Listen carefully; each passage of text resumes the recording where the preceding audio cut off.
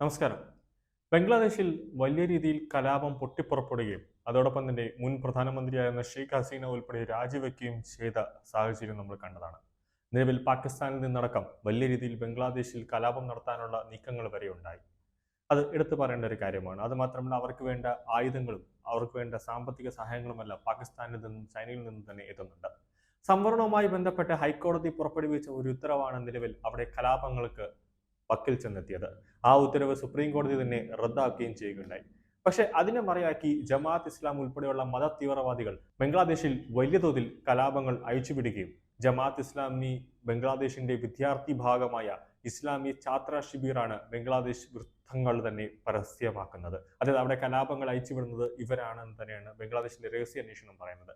ഈ സംഘടനയ്ക്ക് പാക് രഹസ്യാന്വേഷണ ഏജൻസിയായ ISAയുമായി പിന്തുണയുണ്ടെന്നും ബംഗ്ലാദേശിന്റെ IB തന്നെ ആരോപിക്കുന്നുണ്ട്.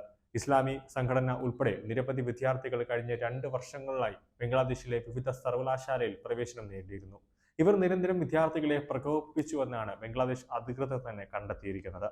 നിലവിൽ ഹിന്ദുക്കളെ ലക്ഷ്യം വെച്ച് ബംഗ്ലാദേശിൽ വർഗീയ കലാപം ഹിന്ദുക്കളെ ലക്ഷ്യം വെച്ച് നടക്കുന്നുണ്ട് എന്നതാണ് നിലവിൽ പുറത്തു വരുന്ന റിപ്പോർട്ടുകൾ. വലിയ തോതിൽ ഹിന്ദുക്കളെ ആക്രമിക്കുകയും വധിക്കുകയും ചെയ്യുന്ന അവസ്ഥയിലേക്ക് കാര്യങ്ങൾ എത്തുന്നു. ബംഗ്ലാദേശിൽ ഹിന്ദുക്കൾക്കെതിരായ ആക്രമണങ്ങൾ വർദ്ധിച്ചു വരുന്നതിൽ ശക്തമായ പ്രതിഷേധമാണ് ഉയരുന്നത്. ലോകരാജ്യങ്ങൾ വരെ ഇപ്പോൾ പ്രതിഷേധിക്കുന്നുണ്ട്. വർഷങ്ങൾക്ക് മുമ്പ് കാശ്മീരിലുണ്ടായ വംശഹത്യ ആവർത്തിക്കുമെന്ന ഭയത്തിലാണ് ഹിന്ദുത്വ വിശ്വാസികൾ ഇപ്പോൾ ബംഗ്ലാദേശിലുള്ളത്. ബംഗ്ലാദേശിലെ ആക്രമണങ്ങളിൽ പ്രതിഷേധിച്ച് രാമനഗരിയായ അയോധ്യയിലും വാരണാസിയിലും അടക്കം പ്രതിഷേധ പ്രകടനങ്ങൾ വരെ നടന്നു. അയോധ്യയിലെ സന്യാസി വര്യന്മാർ അടക്കം ഹിന്ദുക്കൾക്കായി നിലകൊള്ളുന്നുണ്ട്. അതുകൂടാതെ വിദേശ രാജ്യങ്ങളിലടക്കം ഹിന്ദുക്കളെ ആക്രമണത്തിൽ വലിയ തോതിൽ അവിടുത്തെ ഹിന്ദുക്കൾ തന്നെ പ്രതിഷേധിക്കുന്നുണ്ട്. ബാനറുകൾ ഉൾപ്പെടെ ഉയർത്തിക്കാട്ടി പ്രതിഷേധിക്കുന്നുണ്ട്.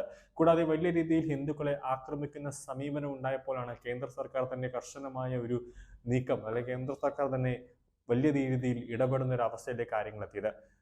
നിലവിൽ ബംഗ്ലാദേശിൽ സ്ഥാനമേറ്റ ഇടക്കാല സർക്കാരായ പ്രൊഫസർ മുഹമ്മദ് യൂനുസിനെ മോദി വിളിക്കുകയും അവിടെ ഹിന്ദുക്കൾക്ക് സുരക്ഷ ഒരുക്കണമെന്നും ഹിന്ദുക്കളെ ആക്രമിക്കുന്നത് അവസാനിപ്പിക്കണമെന്ന രീതിയിലേക്ക് വരെ കാര്യങ്ങൾ എത്തി. നിലവിൽ കേന്ദ്ര വിദേശകാര്യ മന്ത്രാലയം ഉൾപ്പെടെ കർശനമായാണ് ഓരോ നീക്കങ്ങളും വിലയിരുത്തിക്കൊണ്ടിരിക്കുന്നത്. മോദിയുടെ വാക്കിൽ ഹിന്ദുക്കളെ തൊട്ടാൽ പ്രധാനമന്ത്രി സ്ഥാനത്ത് നിന്ന് രാജിവെക്കുമെന്നാണ് അവസാനമായി മുഹമ്മദ് യൂനസ് വ്യക്തമാക്കുന്നത്.